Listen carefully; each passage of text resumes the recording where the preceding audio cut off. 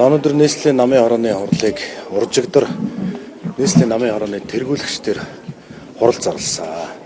Хурлаар нэг хоёр асуудал хэлцэх ийм асуудалтай байгаа. За жишээ нь нийслэлийн намын хорооны тэргүүлэгчдийн орон гарсан байгаа.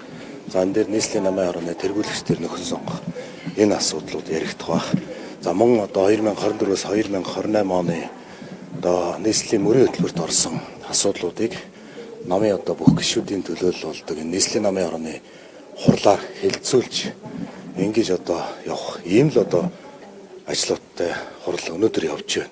За миний тухайд бол нийслэлийн намын хорооны даргад нэр дэвшнэ гэсэн ийм асуудал өнөөдрийн хувьд бол байхгүй байна. Өнөөдрийн хурлаар энэ нийслэлийн намын хорооны даргын асуудал ерөөсөө ярихдаггүй. Саяны миний ярьсан хоёр асуудал. За жишээ нь Монгол улсын ерөнхийлөгч Нэм усрын учрал нийслэлийн намын хорооны тэргүүлэгчээр ажиллаж байсан. За манай намын дүрм заасны дагуу намын дарга болсон учраас тэнд бас орон гарсан байгаа.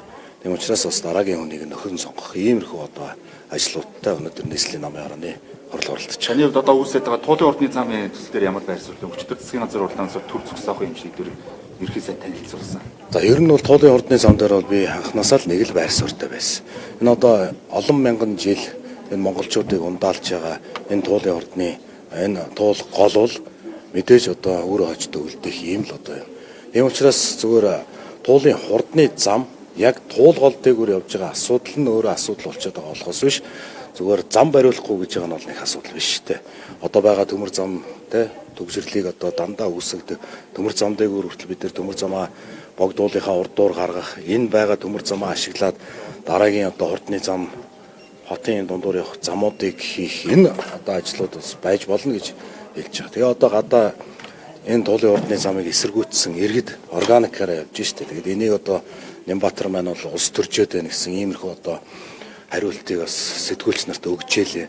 Энэ бол органикаараа иргэд өөрснөө жагсаж үзэл бодлоо илэрхийлэх нь ардчилсан чөлөөтэй нэг юм. Өдрөө өмнө залгаж уцаар хэлсэн найзаа бити үр хөвгт рүү ор гэдэг зүйл. Гэхдээ Нямбатар олон найзтай л байх. Надтай бол ерөөсөө яриаггүй. Энэ оны 1 сарын 1-ээс хойш надтай ерөөсөө холбогдоогүй. Яриаггүй.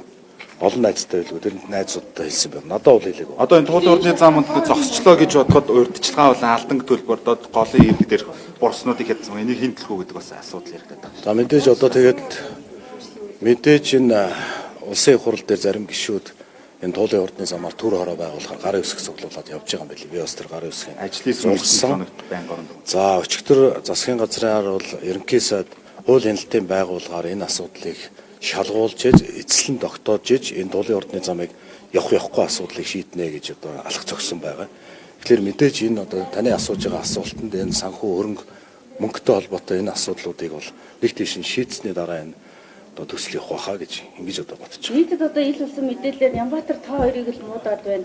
Тэгэл та ард нь байна энэ янз бүрийн үйл ажиллагааны гэдэг ийм л хадлага байгаа юм. Тэгэхээр та эзэн заах хэрэгтэй юм уу?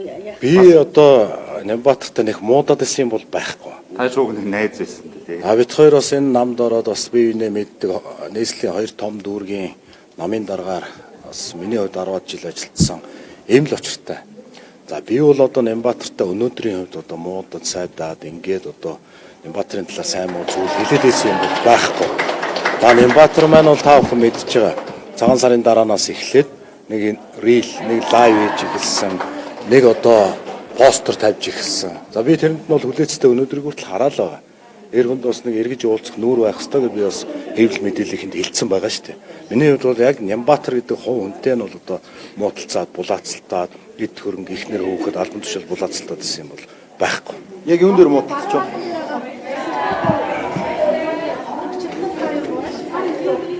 Би тэр Цэсэрдний хөв гэдээ яриад байгаа манай дүүтэй нэр холбогдсон энэ компани асуудлаар бол хэвлэл мэдээллийнхэнд удаа бас мэдээллүүдээ өөрийнхөө байр суурийг бол хэлсэн.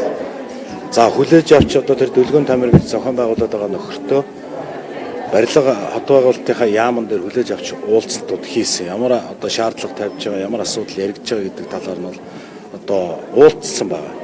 За одоо бол миний хувьд дахиад энэ нөхдүүдтэй уулзах шаардлага байхгүй. Яагаад гэвэл би энэ компанитай ямар нэгэн байдлаар ямар ч холбоо, контакт байхгүй. Би тэнд хүлээсэн үүрэг, эдлэх эрх байхгүй. Тийм учраас би энэ улсууд уулзах шаардлага байхгүй.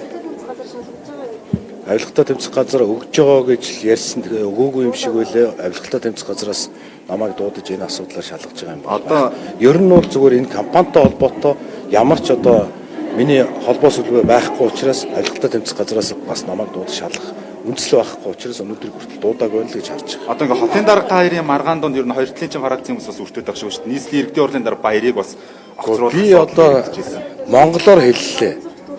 Монголоор хэллээ. Би Нямбатартай муудад исэн юм бол байхгүй.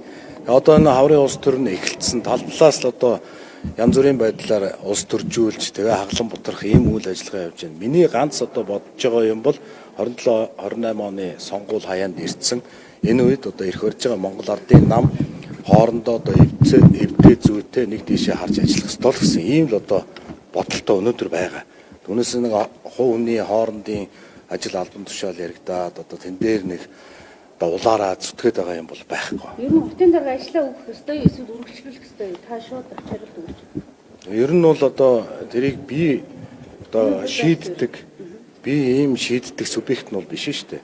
Өчигдөр одоо хийж байгаа мега төслүүдийн одоо туулын хурдны замыг зогсоолоо гэж одоо ерөнхий сайд одоо засгийн хурал дээр гаргасан. Тэгэхээр мэдээж хийж хэрэгжүүлж байгаа олон ажил байгаа байлгүй. Тэрнийх нь бас зарим нэг нь одоо буруу зүрүү хуудуудаа явж гин гэдгийг иргэд одоо гаргаж тавьсны үндсэн дээр л одоо ерөнхий сайд ийм одоо тогтоол гаргасан гэж ойлгож байгаа.